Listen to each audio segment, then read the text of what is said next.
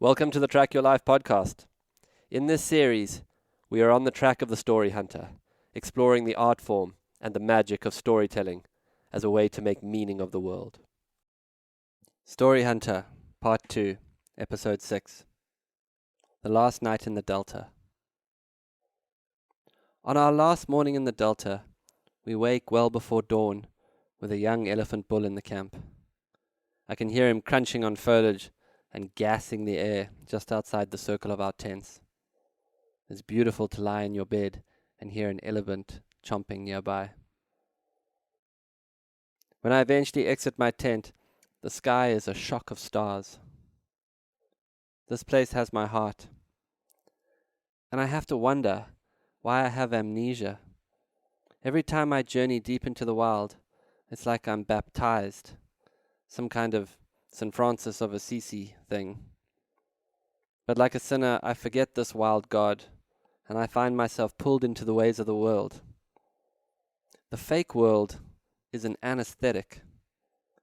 It makes me forget where I actually want to be. Why does that keep happening? Is there something you know that lights you on fire that somehow you keep falling asleep to? I swear to myself I will return every year to the Delta for at least 6 weeks of camping out here in prayer and communion with the wild. I like to meet the person I am here. And I must remember that my work, in some ways, is to inhabit and remember wildness in an ever more domestic world. Yes, I have to speak and write and do coaching and do strategy and run retreats. That's the manifestation of a deeper work of remembering. The great secret art of my life is being in tune with wildness. To hold in myself the feeling of the wild as an act of embodiment and remembering. I need to continue to learn to let rivers run in my veins and feel the quiet contentment of a hungry solitude. Maybe along the way, I will fall in love.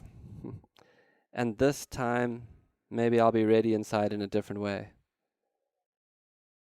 And in my dreams, I will bring her here. I bet she knows the earth and wants to make friends with the trees. She can feel how old this place is. We will swim in the clear delta water at midday, and she will put water lilies in her dark hair, and the sun will bake our bodies brown. At sunset, she will sit between my legs in the soft white delta sand.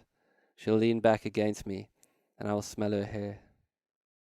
It will be so quiet in the empty space that our breath will naturally fall into the same rhythm. Seems this place makes a romantic of me. We are tired this morning, having blasted through a casual 50 kilometers of walking in scorching heat in the last 2 days. At mid-morning, we meet back in the camp to begin to discuss preparation for the next phase of the trip.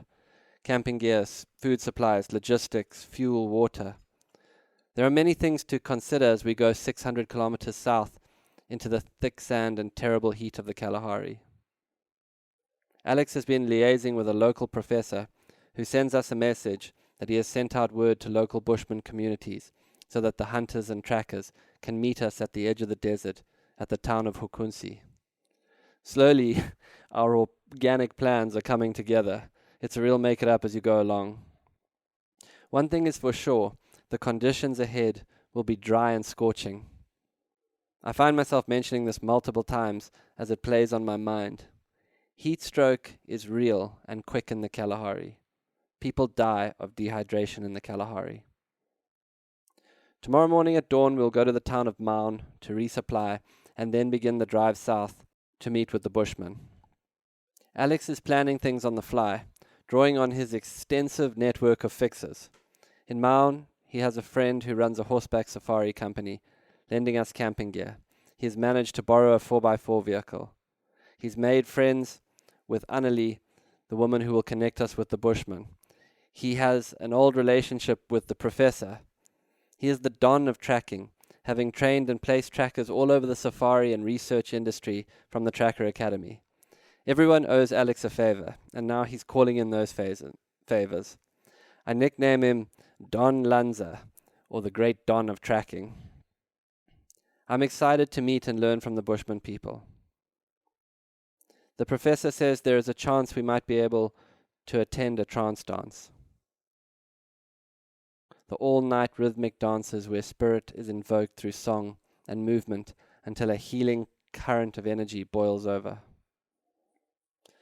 I consider a lot, as I've been thinking about this trip, how the tracker and the shaman often intersect with each other as archetypal energies.